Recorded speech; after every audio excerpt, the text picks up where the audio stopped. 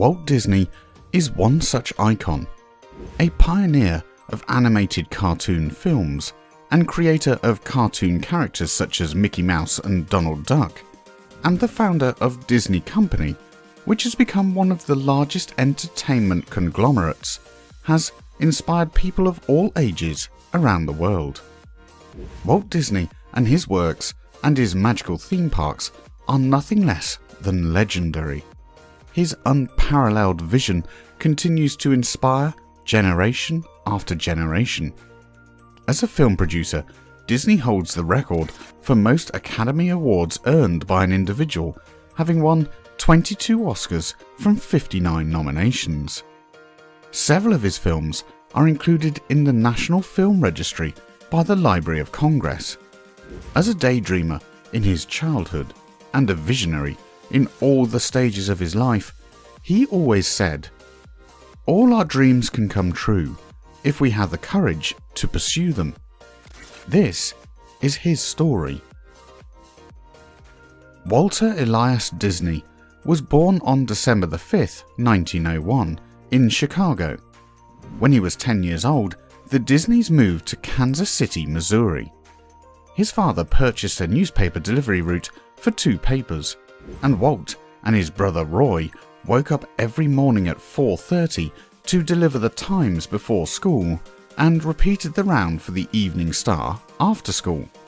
He did this routine for 6 years. He attended Saturday courses at the Kansas City Art Institute and also took a correspondence course in cartooning. He had a passion and a talent for drawing and became the cartoonist of his high school newspaper, drawing patriotic pictures about the World War. In 1918, he dropped out of high school to join the US Army. He was rejected because he was too young.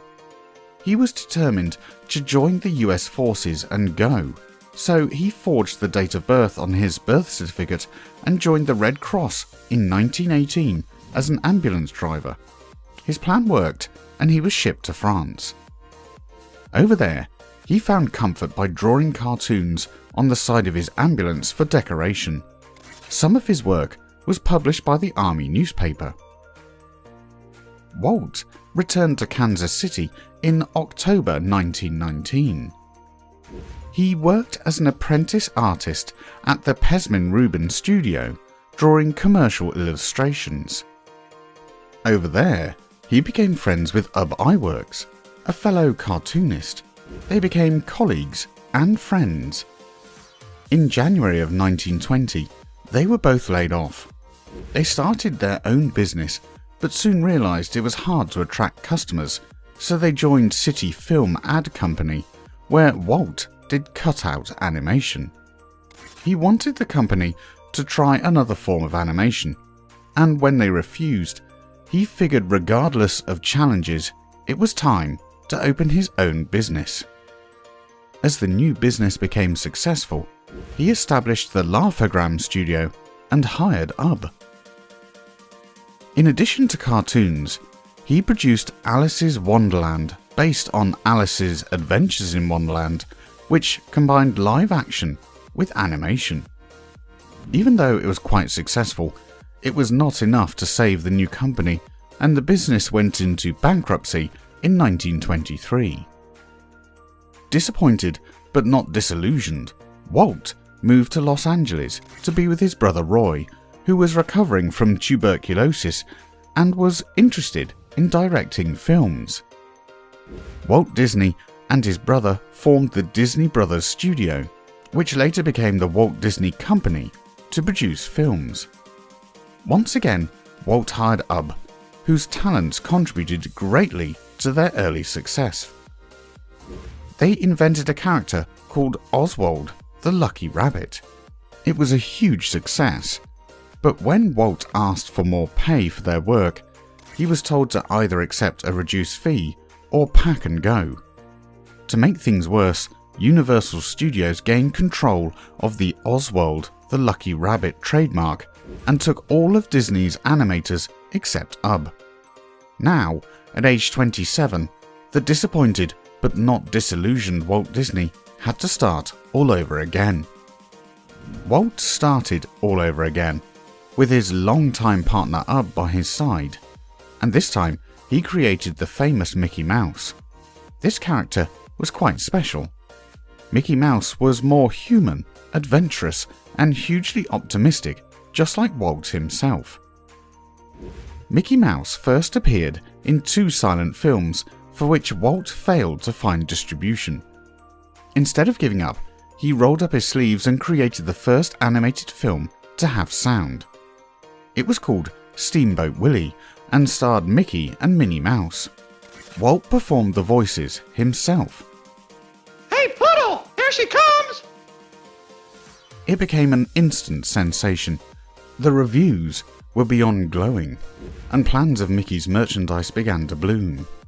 From experience, Walt knew that he would never sell the rights to his prized Mickey. Along with his passionate team, Walt formed Disney Studios and went on to create a series of sound cartoons.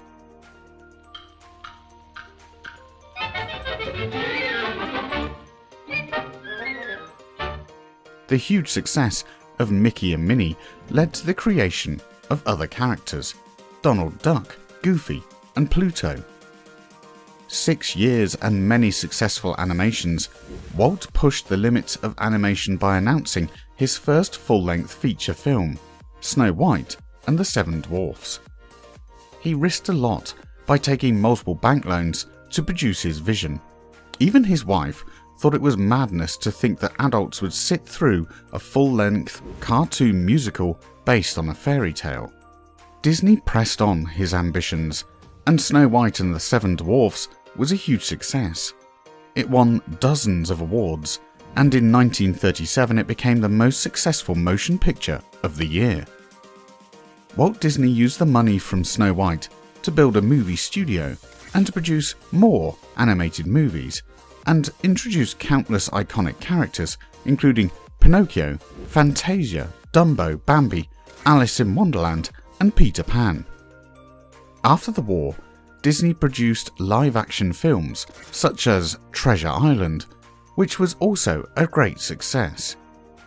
Walt Disney had transformed the entertainment industry and delighted people of all ages with his extraordinary vision.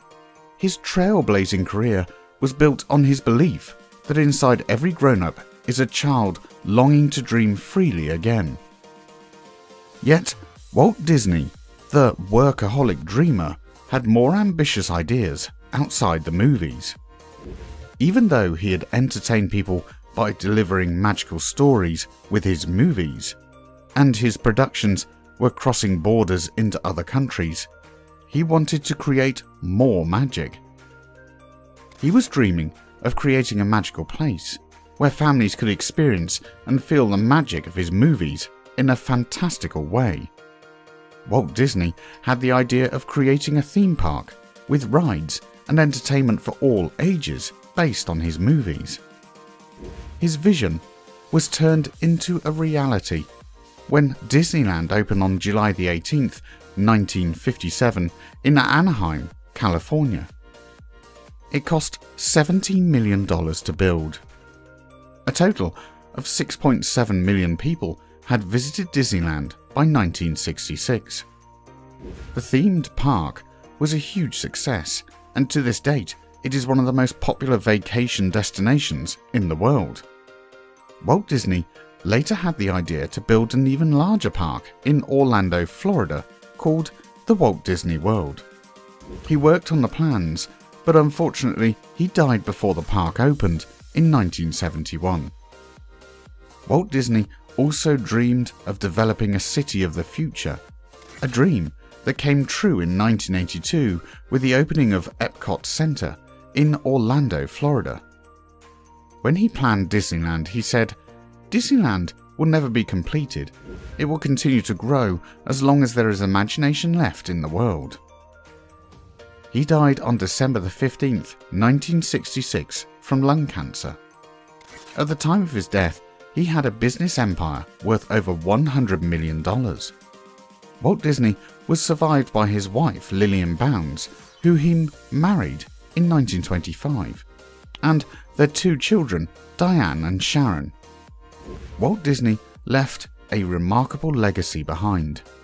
He funded Cal Arts, a school to train future artists and storytellers.